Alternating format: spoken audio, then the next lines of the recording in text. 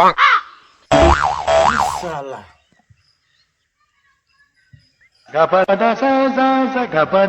बोझ गई हमर लइकवा अभी ले ना आइल। पता ना साला कहाँ बा अभी ले। कोनो भेटा तो नहीं के जो हमको आना से पूछ। चलो चौक पे तो आ गई बानी। चलो नुन्नू काका से मिले, बड़ी दिन हो गई बा। उनके लइको बा ओकरो से भेंट हो जाई। चलो नुन्नू काका से मिलले ढेर दिन होइए गई रहे और भेंट होइए जाई। चलो अरे तेरे के कोनो लेखो से लौको। अरे नुन्नू काका नमस्ते नमस्ते। अरे बबूते हो कौन अपन घोल के हाल चाल? ठीक बा सब। आपन बताओ ना। सब जगह बीतत होइनन बीतत। लइको के बताओ ना कौन। लइकवा के का कहीं तो साफे बिगड़ गइल बटे एकदम। समझाओ ना बबू तनी ओकरा के। अच्छा समझाओ तनी केने बाऊ। देखो ना अब तो केने दुनु गइल बटे। कथी कहीं हम आई तो अपने भेंट हो जैता से। अच्छा ओह नो भाई 6 बज गई बा। आई बा 6 बज गई ना बाबूजी देखे तो बड़ी मरी है। आई बा में तो हो गई बा। अभी तो ऑर्केस्ट्रा देखे जाए के बा। ए 8 बजे चल जी 8 बजे। 8 बजे ना उमर 6 बजे जाई लेटे। ना ना ना बाबूजी हमर देखे तो बड़ी मरी है। 8 बजे चलो। 8 बजे? हां 8 बजे रात हो जेते मर कब शूट बा जाके हो 10 बजे। ठीक है भाई हम चलतन घरे। चलो ठीक 8 बजे ऑर्केस्ट्रा देख चला जी। काका वो बगल वाला चाची के हाल कैसन बा बताओ ना। बढ़िया बा बाबू ओकरो। बढ़िया बा। हां ठीक ठाक 1200। हां अरे सिलेंडर चाचा अब तो बुझा तक 50-60 रुपया मिली। सिलेंडर चाचा प्रणाम। खुश रहो बाबूजी प्रणाम। खुश रहो। कहाँ रहलो इतना देर से। देखो ना चाचा गोरनी फील्ड मैच खेलत रहनी। टाइम टेबल ना बुझाला उतना देर से। पटनरवा इरल कहता ना बियाह में चले के घूमे। अरे सवेरे 4 बजे के गोइल बा 8 बजे राती क्या होता। एकरा कोनो खाना खाए के टाइम टेबल नहीं के बुझाते करा।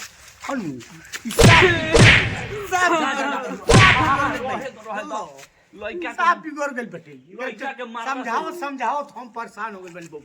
लइका के मारला से मन बिगड़ न जाला। साफ बिगड़ गइल भाई। का कोई हम एकरा के।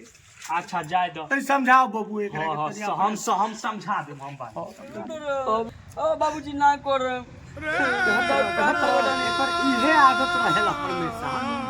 गलती करी आ कही कि बाबूजी हम ना करेम लेकिन बेर बेर ये काम कर। चाचा रोज मारलो ना हमरा के। जा मत मरियो लइका बा। का मन बिगड़ कितना समझाओ बबू तनी कहीं समझावे। हां हम समझा देमे के। साफ बिगड़ गइल भाई। हां समझ भाई सिलेंडर भाई नु आइल बा रोन। अरे बहुत दिन हो गइल बा उनकरा मुलाकात कइला हमनी से। ओह नो तनी मुलाकात करे आवल जाई। वो भाई से तनी बात और हो जाई उ लोग से। चली तनी मुलाकात हो जाए। भाई का हाल बा?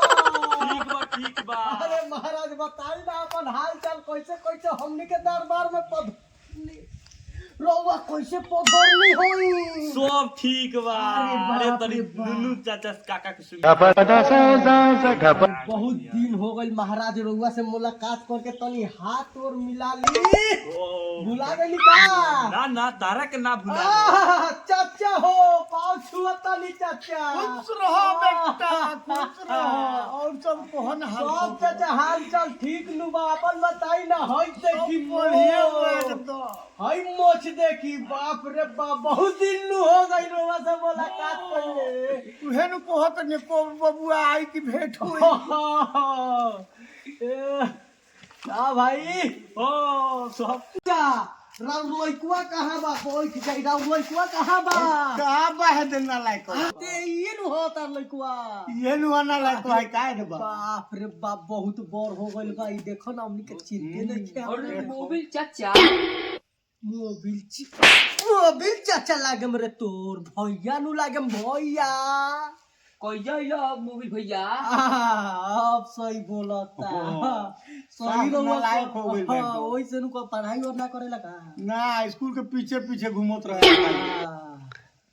वही से एकरा के डेली भेजे स्कूल में ही चल जाला स्कूल के पीछे गोली खेल वही से साला बिगड़ गेल बा एकदम। हाँ तो कहनी हाँ कि 26 जनवरी के हमार भतीजा के शादी पड़ल बा। अच्छा तो ओमे रउआ लोग हम लोग जरूर एकदम ठीक बा एकदम आवल जी। ए सिलेंडर भाई हाँ रउआ के जरूर आए के बा।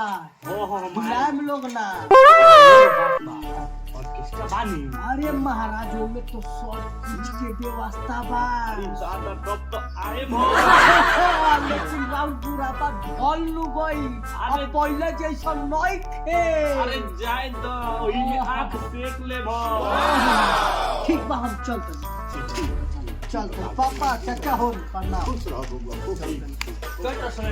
हाँ चल तनी बबलू तोर जन खुरपाती बा ना।